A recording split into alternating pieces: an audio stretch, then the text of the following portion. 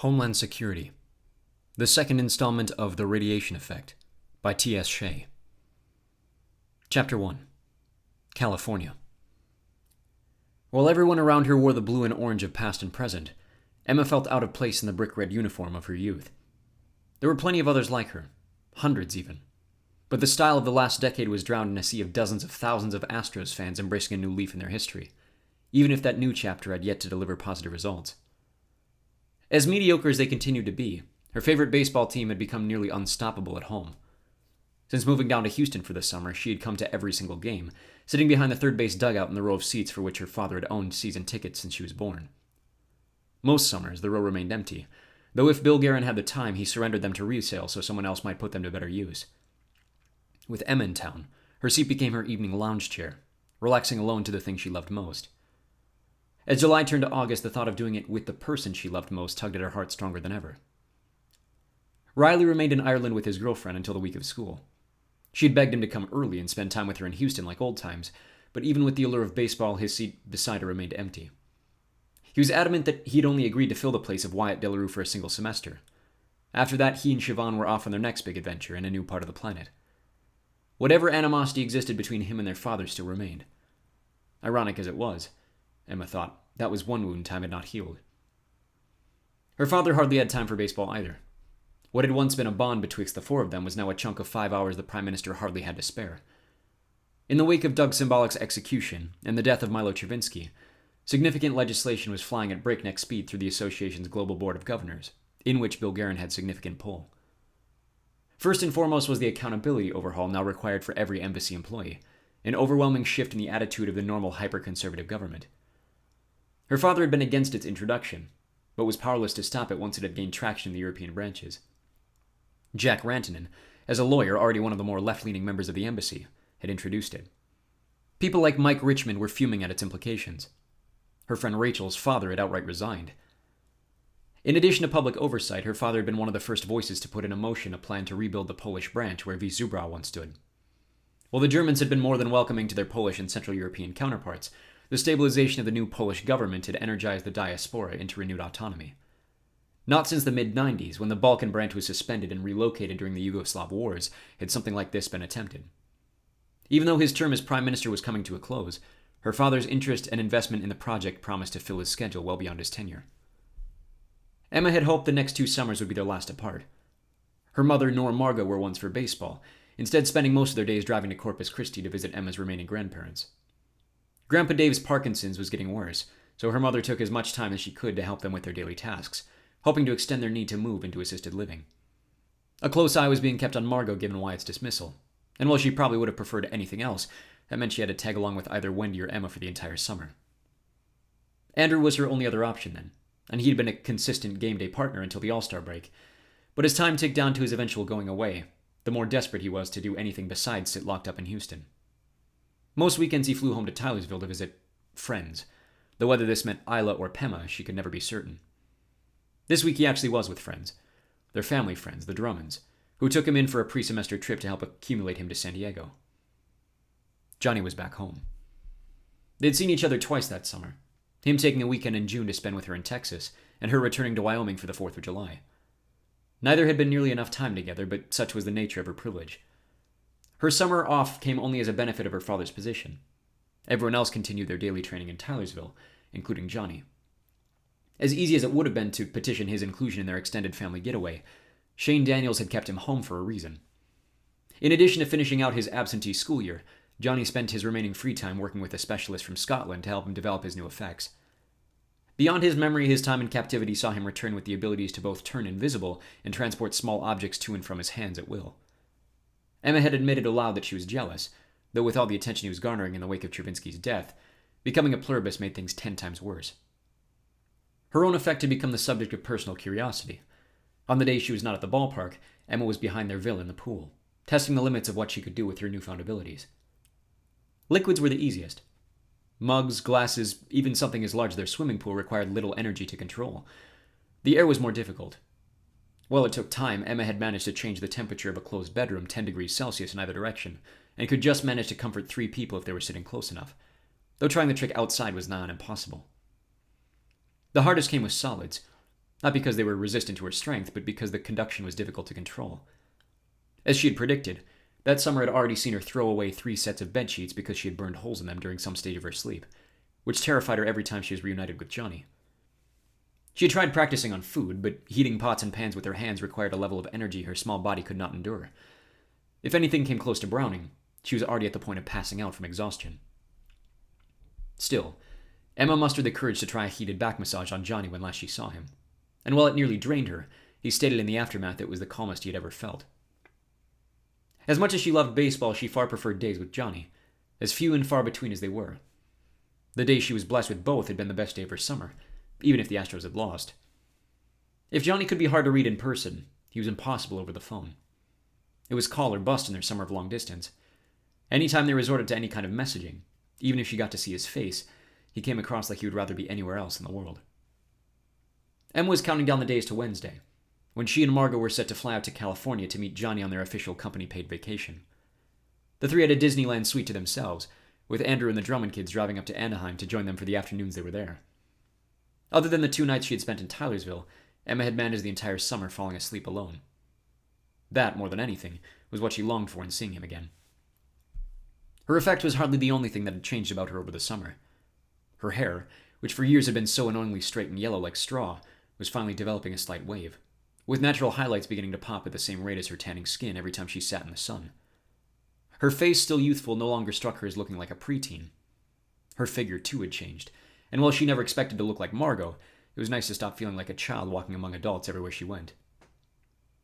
There were other things, too. She had noticed it back in Tylersville, the first time she had been truly alone with Johnny in over a month. The Fault in Our Stars was playing after the game that night, and for whatever reason, the same emotional connection they both refused to give to things like that broke in sync with one another. His face seemed to call to her, so much so that Emma could not keep herself away, kissing him harder than she would have thought possible, until there was nothing more she could give. But that was precisely what she wanted. Johnny was the first to pull away, and as they fell asleep, Emma's heart pounding, she found herself confused by her own feelings.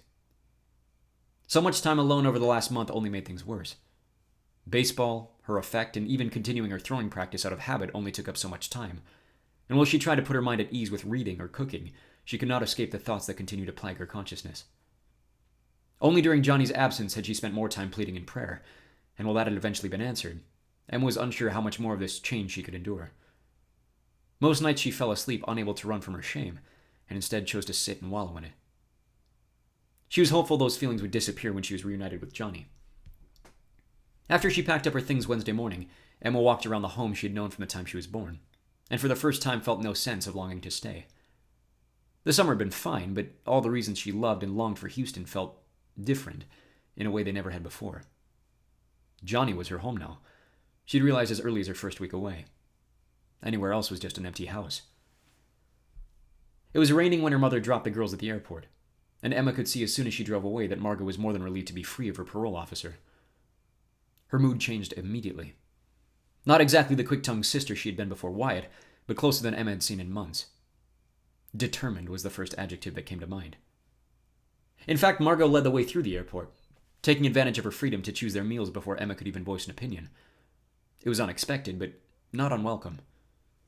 She talked Emma's ear off the entire way to Denver about how excited she was for California, buying a new Colorado Avalanche hat to tuck her hair underneath as they traversed the lengthy corridors to their next flight. For a few hours, Emma had hoped that the old Margot was slowly coming back. Then Johnny arrived. Shane had driven him down all the way from Tylersville, and as soon as she spotted him, Emma bolted into his arms and kissed him like no one was watching. It was not until he set her down that she realized Margot had disappeared. When she returned from the nearest bathroom 5 minutes later, Margot avoided him like the plague.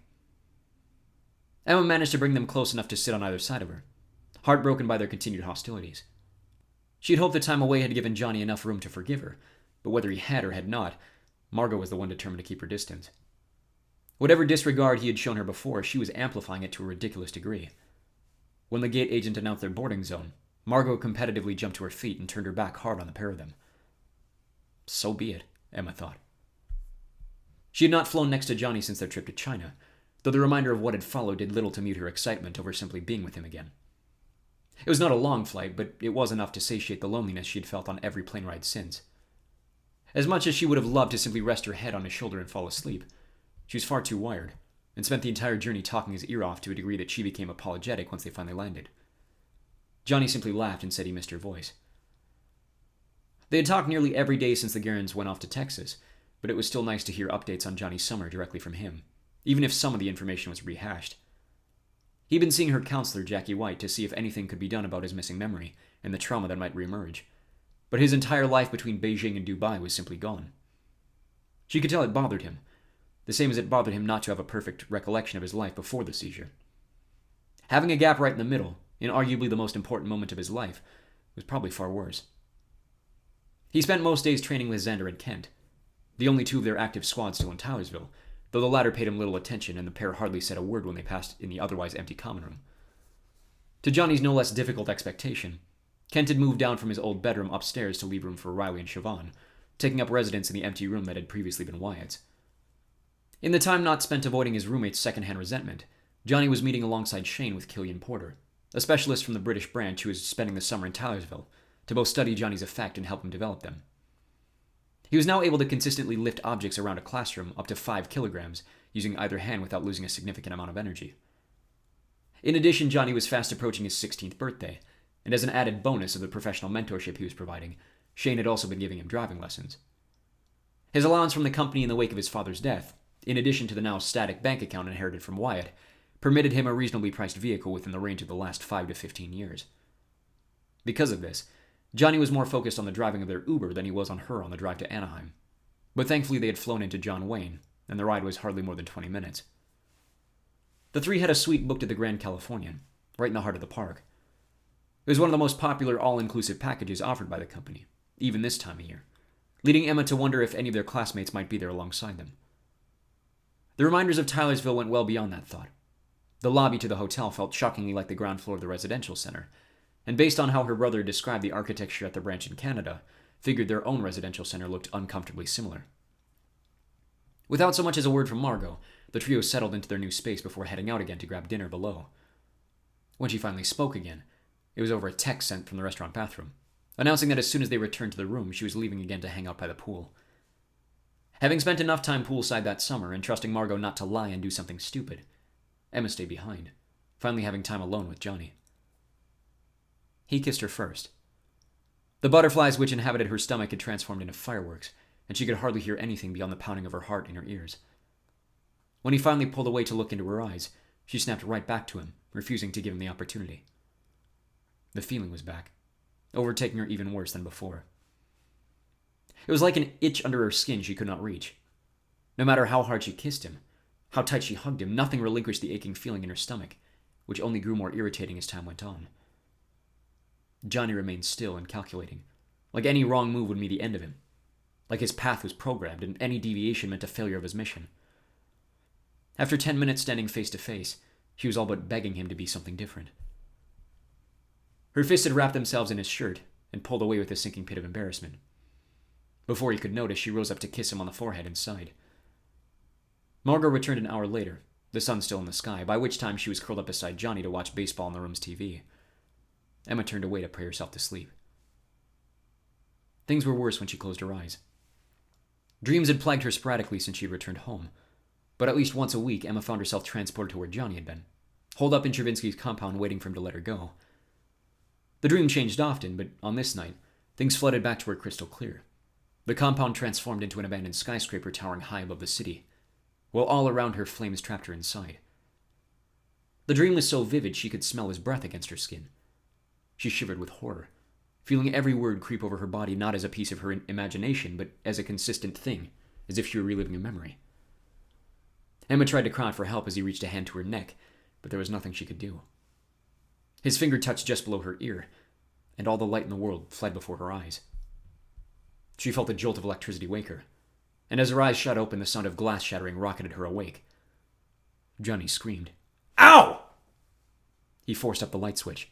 "What?" she started, seeing him clutch his triceps with a grimace on his face. "Are you okay?" He spoke through clenched teeth. "You burned me!" She started, before reaching at his arm. "Let me see." "No," he grunted. I'm fine. Johnny, I can help. I said I'm fine," he growled, rising to his feet. When he was a good distance out of reach, he lowered his hand. The blue metal was unscathed, There's nothing to see anyway. A hard knock shook the door. Are you all right? Margot called from the other side of the door. I'm fine, Johnny repeated, but the door opened regardless. I wasn't asking you, she huffed, pushing her way in. Wait, Emma tried, just in time to watch Margot dance around the floor with her bare feet, narrowly avoiding the glass shards scattered beside the door. What did you do? She hissed, shoving a clawed finger against Johnny's chest. I didn't do anything, he defended calmly, extending his hand to propel her against the bed. She tripped and fell into Emma, swearing so loudly Emma worried the neighbors might call the police.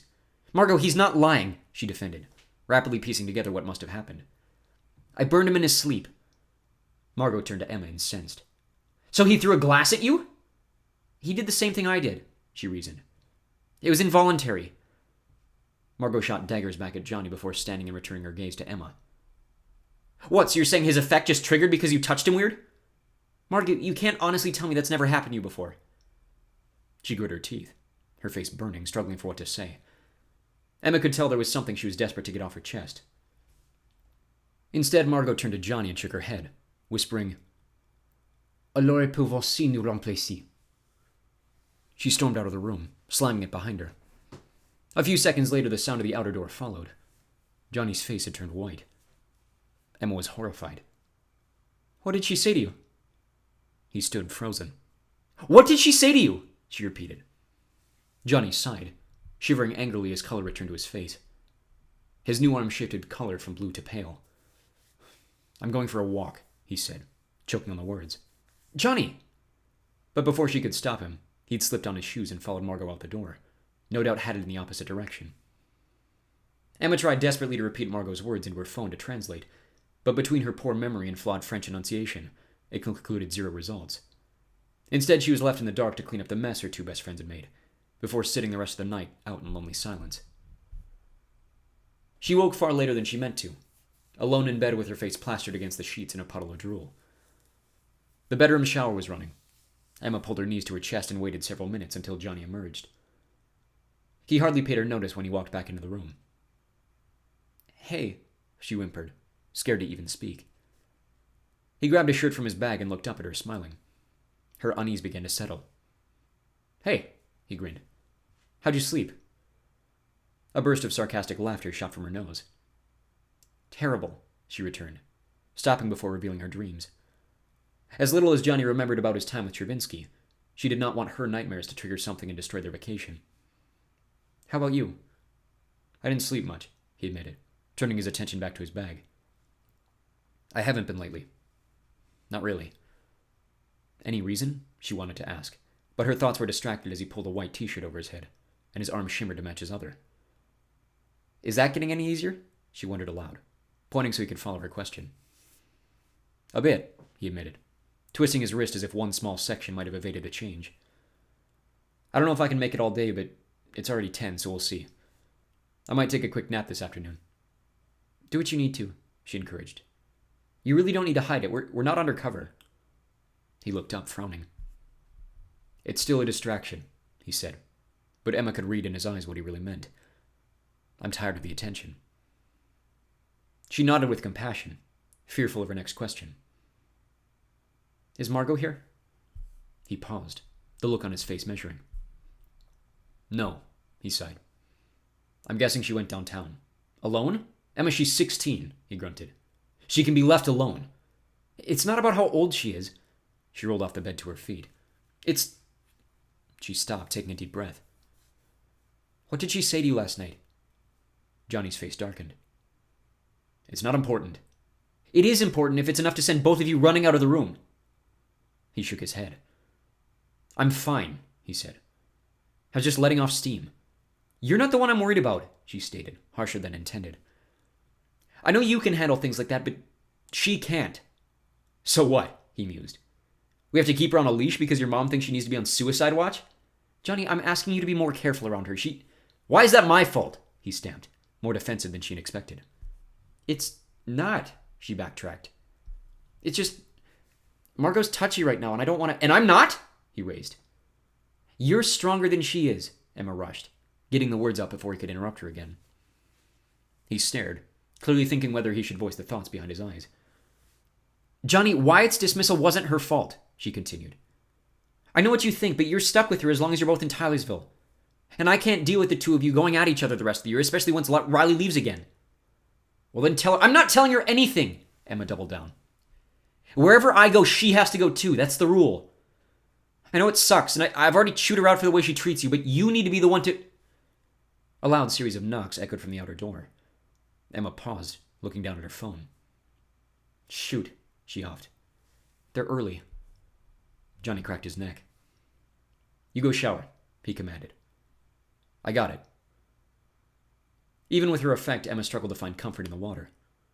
When she emerged from the bedroom 10 minutes later, changed into a gray San Diego State t-shirt and matching red shorts, she found Johnny in the main part of the suite entertaining Andrew and the Drummonds, a renewed energy in his eyes.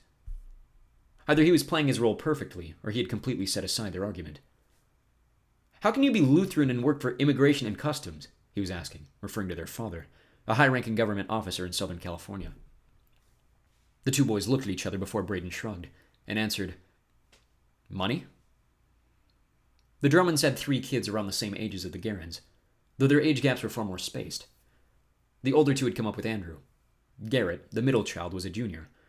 Their oldest, Braden, was about to start his junior year of college up at PLU in Washington.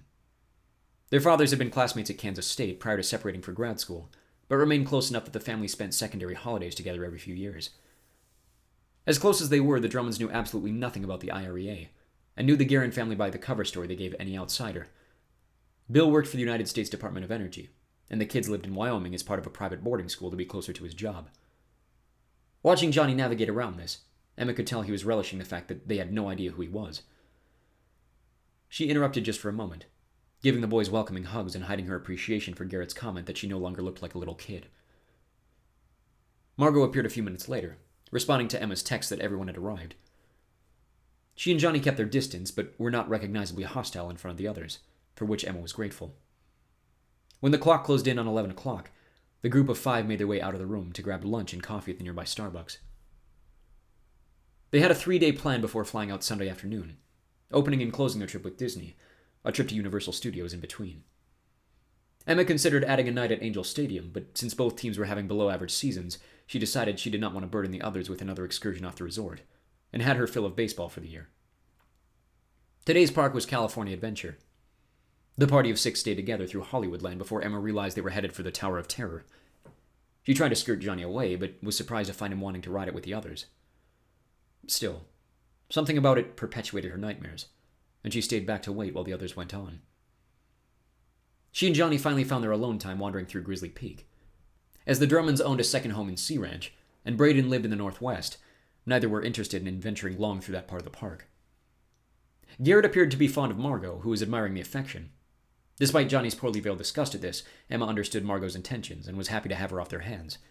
So they went off in one direction together while Andrew and Braden continued their extended boys' week in the other, all agreeing to meet up at one of the restaurants in Paradise Pier for dinner. The park was packed that day, though given the design of Grizzly Peak, the pair were able to find a few hidden alcoves away from the sway of traffic. They ended up riding the river rapids 3 separate times, each time seeing the queue grow significantly larger as the afternoon went on. Emma was fine with this. The waiting relaxed her, and being alone with Johnny, he was talking to her like he would any normal day. When she finally tired of redrying their clothes and he agreed to move on, they circled back to Cars Land, only to find the section packed to the brim with other guests. We can come back later, she reasoned, and with her hand firmly in the false skin of Johnny's new one, they moved on to Paradise Pier. There she realized they had never ridden a Ferris wheel together. Apart from views of the surrounding city and the 2 parks, it failed to live up to the romantic hype of the movies, even with a quick kiss at the very top. She was more intrigued by her ability to see behind the scenes of some of the rides and facades. Delivery vehicles and characters in costume moving through the back passageways and service roads she could not have noticed anywhere else but at the very top. Next to the vertical loop on the roller coaster, a masked worker was installing a large flat metal device, no doubt for a fireworks display later that evening. It was the coaster they tried next after the Ferris wheel. Despite the wait, the line looked to be moving fast, and it was the closest ride which wouldn't risk them missing their set dinner time with the others. Emma sighed contentedly, looking around at the large lake and noticing other couples just like them, enjoying the day. She had not thought of their argument in hours. 10 minutes into the line, she continued to watch the man above the loop installing the device. She never paid much attention to pyrotechnics, but the thing he was working with and the way he was hanging it against the roller coaster scaffolding was wholly bizarre. He appeared to be strapping it with bungee cords rather than anything more hardy or permanent, making her wonder why they didn't launch things from one of the hidden roofs she had noticed from the wheel. The mask was bothering her too. She understood the need for immersion, but surely they could have installed things after hours, or at least dropped the immersion to ensure correct safety protocols. After all, this was Disney. They probably had an entire OSHA department sitting in the wings. She pointed out to Johnny, but he shrugged away her concern. No one else seemed to notice, so she tried to put it out of her mind. Come to think of it, she failed. Who's he supposed to be? Struggling to recognize the character on the mask, they reached the front of the line and were herded into their harnesses. Johnny on the left, Em on the right. Hey, aren't there supposed to be, holes for the fireworks to shoot out of? She realized. They were close enough to the device to see that it was entirely flat, roughly 2 meters square, judging its size against its installer. Johnny hardly glanced up. Maybe it's a light display, he reasoned. Yeah, maybe, she offered. Still, why are you so fixated on fireworks? He asked, just as the coaster jerked into its launch. I don't know, she breathed, now hardly audible over the sound of the ride. Something felt off. Emma suddenly felt paranoid in a way she had not felt since she left Townersville. Her arms were broken out in goosebumps, completely out of her control, and completely separate from the thrill of the coaster. She took a deep breath to calm herself, knowing the feeling was idiotic. Enjoy the ride, she commanded, shifting her shoulders back against the harness and tilting her neck for a final dismissing glance at the man in the mask. For the first time, his head was turned to where she could see his front. The mask was blank. The exact same mask as the ones that had terrified her dreams since the safe house in China. Emma screamed. Em, the ride has... Johnny! She shrieked. It's one of them! It's... She froze, realizing with horror that Johnny had disappeared from the squad by the time they were attacked. I need to get off! She panicked, frantically trying to pull herself free of the harness as the machine continued up the lift. Emma, relax, he calmed. You'll be fine. You've been on a roller coaster before. Before she could argue, the coaster reached the peak of the lift and plummeted them downward, completely stealing the breath from her lungs. Any noise she could have made, any explanation at all, would have been drowned by the sound of the wind and the screams around them. As they circled around the base of the drop, she finally found her breath enough to clear her head. They were climbing the second of the covered lifts. Think, Emma, think. There was nothing she could do until they were down at the bottom, at which point, if her hunch was correct, it would already be too late. They were too far away, moving too fast for her to even attempt to use her effect. The coaster reached the top of the lift again. As they shot toward the bottom, her mind racing faster than their car, they circled around, pointing directly at the man still hanging from a small cable beside the loop, still fiddling with the device. The loop, she realized. The coaster reached it before she even understood what she was doing. With enough room to reach her arm out and touch Johnny, she put as much force behind touching him as she possibly could. They passed directly beside the masked figure hanging upside down in the curve. Johnny's other arm jerked so hard it turned back to blue. It worked far better than she'd hoped. As his arms swung upward, both the man and the device snapped from their harnesses, flying like swatted bugs so high into the air Emma thought for a moment they might never come down. As they curled around the far corner of the ride to head back to the station, Emma could hear the splash, followed by the dozens of screams. They could see the floating body as the ride pulled into its station, the attendant hurriedly rushing them out of their seats. Emma leaned her head back and sighed in nervous relief, knowing that whatever they had just done, it prevented something infinitely worse. The terrified look of shock and horror on Johnny's face told her otherwise. Police had arrived on the scene almost immediately, and the park was swiftly closed and evacuated. They found the others in the hotel lobby, as confused as the thousands of other guests who were being carefully filed through SWAT lines. Johnny was whiter than usual, his expression an uncertain mix of distraught and outright pissed. With the Drummonds amongst them, there was no way to communicate with Andrew and Margot what had really happened. The six made their way to their rooms. Immediately, Garrett turned on the suite television for answers.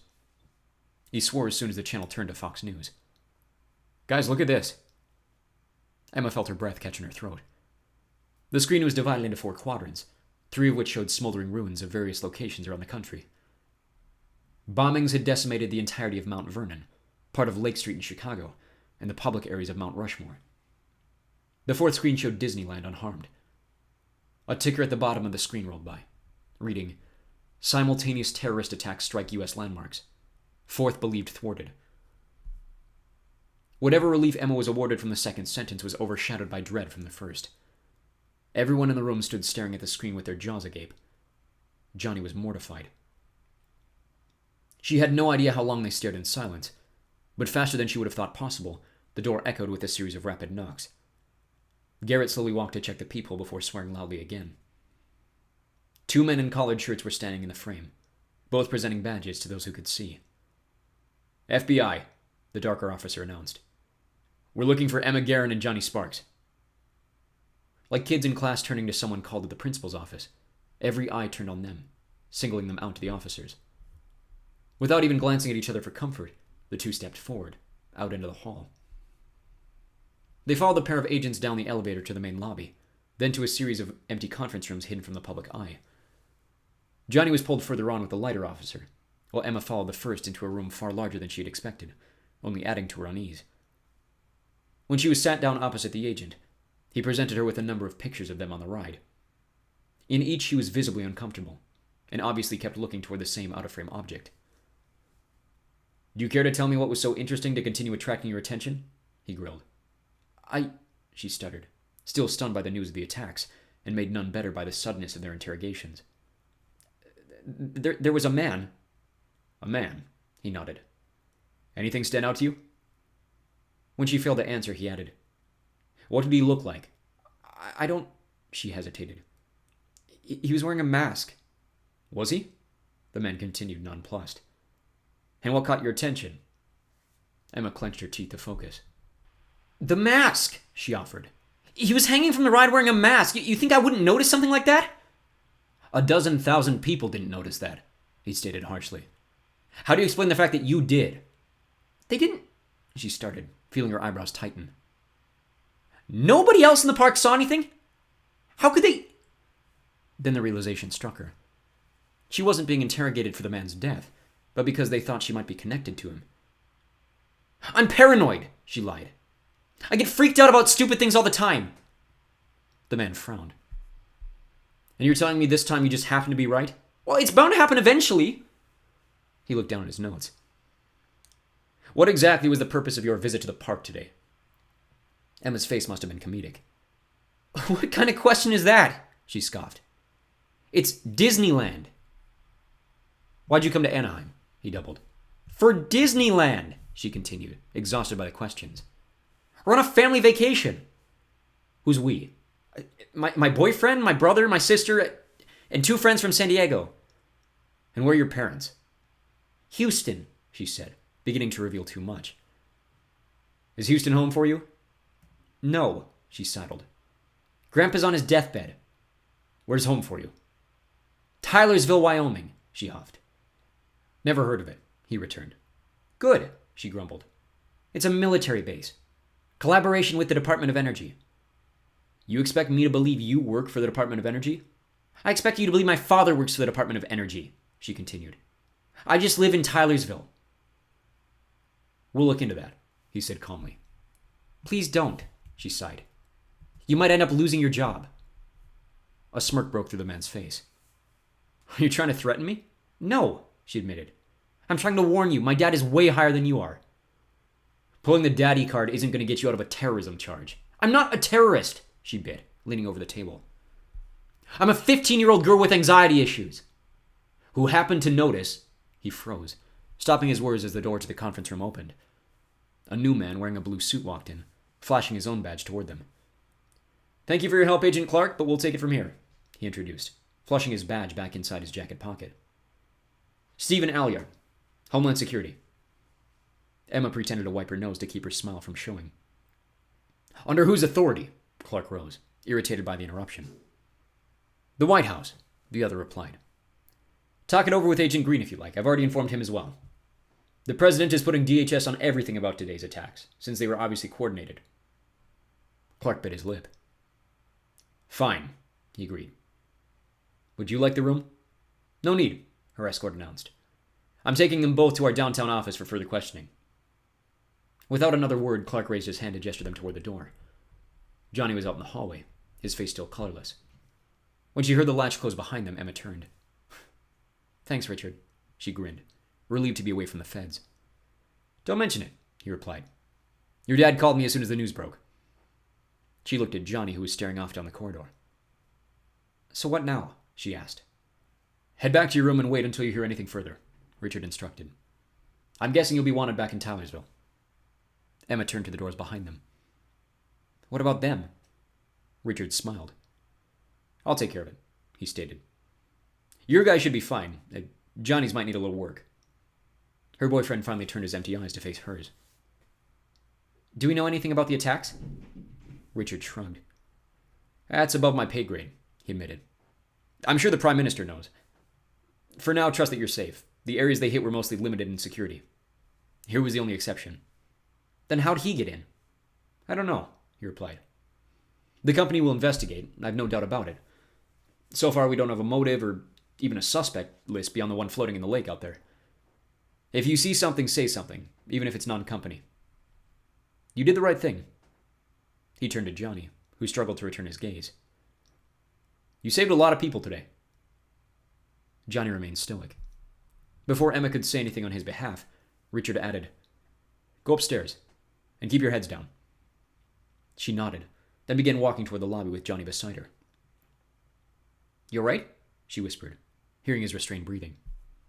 He kept walking, his jaw clenched. Did they grill you about your arm? She wondered aloud, remembering how it had changed on the ride. If they had pictures of her face every few steps, no doubt they had noticed Johnny too. Of course they grilled me about my arm, he hissed. Johnny, you heard what Richard said, she recited. We stopped it. You stopped it, he turned, color returning to his face. You did. Emma let out an awkward laugh, finally understanding his furious expression. Do you want me to say sorry? Is that it? She shrugged. Johnny, that was my only option. You didn't even know what he was doing, Johnny raised, his voice growing uncomfortably loud. Johnny, I told you what happened in China, she explained. The people that attacked us after you left, that was one of them. He opened his mouth to speak, but stopped himself, hopefully starting to understand her motivations. What? It was the same mask, Johnny, she continued. They tortured us. You know that memory's burned in the backs of my eyes. The guy we stopped today was one of them. He looked at her for a solid 30 seconds, unable to string his thoughts into a coherent sentence. By that point, they had reached the elevator. That doesn't mean... You're right, she agreed. It doesn't mean. But even if it doesn't, you were the only option I had. And it turned out to be the right one, didn't it? Johnny sighed, admitting her validation. Emma, I killed someone today, he judged. You've killed people before, she reasoned. This one was justified. I don't care if it was justified, he raised. I didn't get a say in what happened. You're going to turn this into an autonomy argument? She laughed again. Johnny, you were the only option. He sighed again, so loud it distracted her thoughts. The color had returned to his eyes, and instead of blame, this time they were pleading for her to understand. Fine, she sighed herself, offering him her hand. He rested his new one in hers. I'm sorry I used you today, she said. I'm not going to apologize for what I did, but I'm sorry that you had to be a part of it the way that you were. He nodded, accepting it. Thank you, he said softly. I know you did what you thought was right, and you were right. Emma slid her hand out from under his and reached up to his face. He leaned down and kissed her. A lifetime of tension spilled out from her through her fingertips. When he let go, Johnny even managed a smile. Are you okay? He offered. Yeah, she said, believing it to be the truth. I am now. The elevator doors opened, and they continued down the hall toward their suite. 4 separate attacks? He questioned aloud. 3, she corrected. Do you think... Her phone started vibrating against her leg, interrupting her words. Pulling it out, she was relieved to read the caller. It's my dad, she relayed. Go on, I'll be there in a sec. Johnny walked the remainder of the hallway while Emma turned around to find the nearest stairwell, trusting there would be no one there to eavesdrop on their conversation. She was out of breath by the time she finally swiped to answer. Dad, she breathed. We're all right. We stopped one at the park, but no one's telling us anything else. Is it really them? His voice was quiet when he finally spoke. She had expected his usual urgency. Instead, his words were somber. "Yeah, I've been briefed," he said. "I'll let you know if there's anything you need to know. That's not why I called you." She could hear him take a shaky breath on the other end. "It's your Uncle Mark," he sighed. "He's missing."